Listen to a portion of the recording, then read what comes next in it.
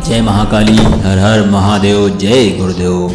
साधकों, आप सभी का स्वागत है तंत्र सिद्धि संस्थान के एक और अद्भुत, अकल्पनीय और ज़बरदस्त जानकारी वीडियो के साथ में। साधकों, आज हम आपको बहुत ही गूढ़ जानकारी और उनके प्रयोग और उनके प्रभाव और उससे बचने के उपाय, निष्कर्ष सब बताएंगे। आज का जो प्रमुख है, आपने देख ही लिया होगा, शराब नशे की लत आपको ही है या प्रेत को है? इसका मतलब समझ रहे हैं आप? बहुत लोग होता है ना जिसको नशा की लत होती है। कुछ लोग बोलते हैं कि इस व्यक्ति को नशे की लत है, लेकिन कई बार उसके पीछे दरअसल कुछ और ही होता है जिसकी जानकारी किसी को नहीं हो पाती है।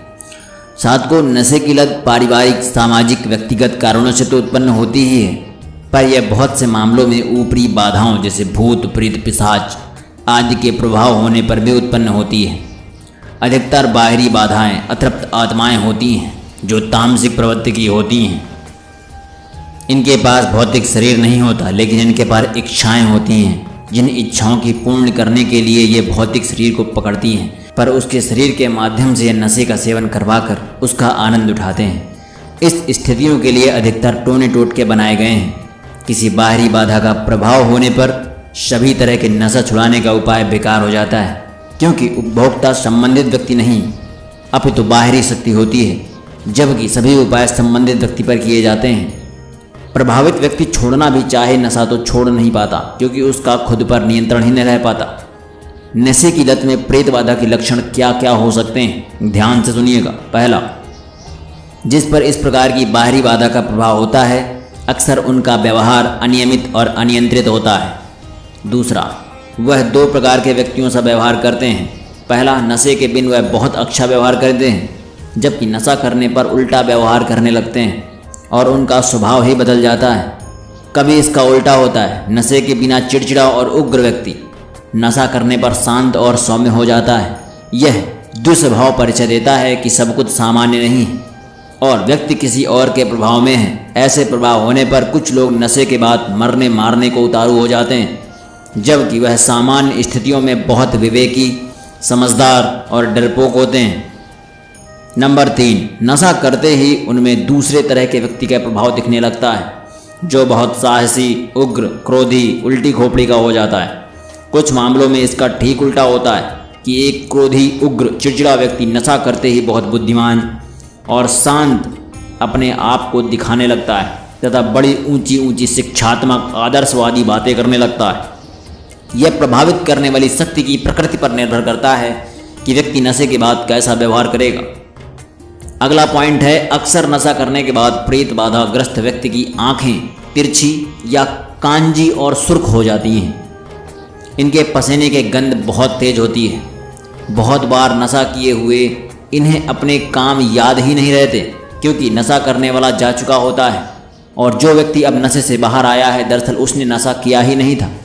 वह तो मात्र एक साधन था, साध्य कोई और ही था।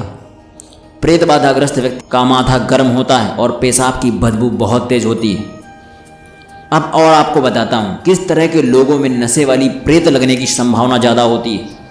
पहला, जो लोग बहुत भावुक, पतले रक्त वाले होते हैं और जिनका चंद्रमा लग्न में, सप्तम में अथवा राहु केतु से पीड़ित होता है। यह कुंडली के कुछ कारण मैं बता रहा हूँ। दूसरा, जिनका जन्म पूर्णिमा, अमावस्या अथवा ग्रहण के आसपास हुआ हो, जिनके लग्न या अष्टम भाव में राहु या केतु हो। नंबर 3, जिन लोगों के कुल देवता देवी रुष्ट हों, साथ ना दे रहे हों या पूजा ना मिल रही हो उन्हें, जिनके पितृ असंतुष्ट हों और पितरों के साथ बाहरी शक्तियाँ जुड़ रही हों और उन्हें प्रेत की संभावना सबसे ज़्यादा होती है। अगला पॉइंट, परिस्थिति कुछ भी हो, यदि कोई प्रबल तांत्रिक किसी पर प्रेत भेज दे या किसी सुनसान स्थान पर कोई डर जाए, तो प्रेत उससे जुड़कर अपनी तृप्ति का प्रयास करते हैं।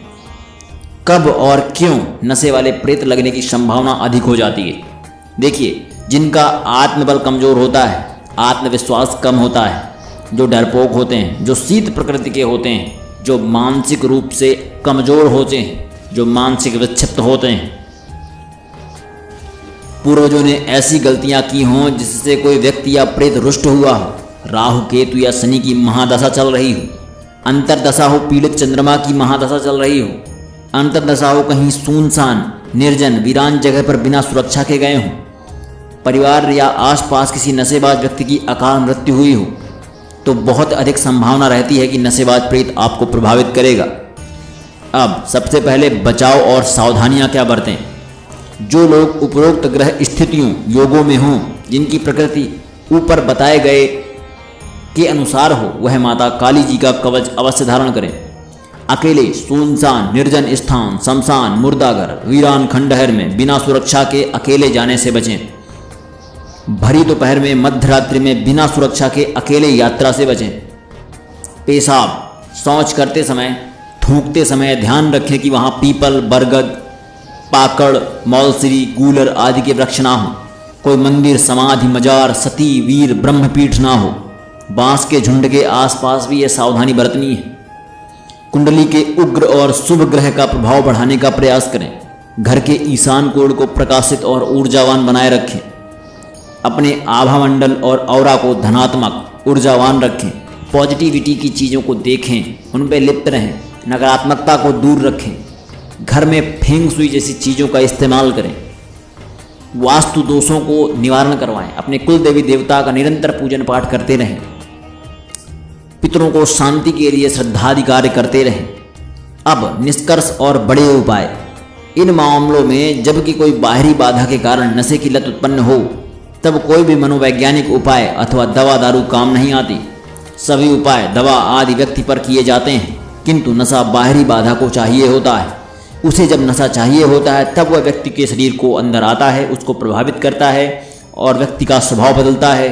इस स्थिति में व्यक्ति नशे के लिए कुछ भी कर सकता है, किसी को मार भी सकता है, यहाँ तक चोरी भी कर सकता है। उसे हर हाल में तब नशा चाहिए ही होता है। सारे समझाने के उपाय व्यर्थ हो जाते हैं और वह किसी भी तरह नशा पाने का प्रयास करता ही है, क्योंकि आप समझा किसको रहे हैं? वो प्रेत है। वो कैसे समझ सकता है? वह एक अदृश्य शक्ति है, वह शून्य है। शून्य को आप कैसे समझा सकते हैं कुछ? यदि बाधा की शक्ति ठीक ठाक है तो उस पर सामान्य उपायों अथवा टोटकों का कोई प्रभाव नहीं पड़ता। अक्सर तब सभी उपाय फेल हो जाते हैं। आधुनिक समय में जबकि नए नए नशे बन गए हैं तो इनका उपाय और कठिन हो जाता है, क्योंकि उपाय और टोटके पुराने तरीकों जैसे शराब आदि को दृष्टिगत रखते हुए बनाए गए थे, जो नए नशे में कारगर कम होते हैं।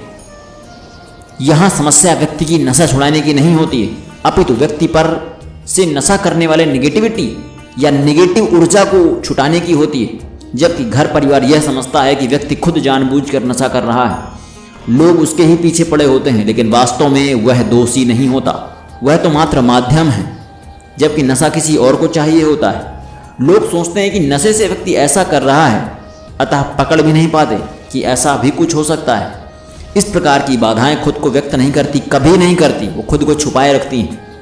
यदि किसी में नशे के बाद बहुत अधिक व्यवहार परिवर्तन हो तब इस पर जरूर ध्यान देना चाहिए, क्योंकि व्यक्ति की मूलभूत अंतरात्मा और स्वभाव कोई नशा बिल्कुल नहीं बदल सकता।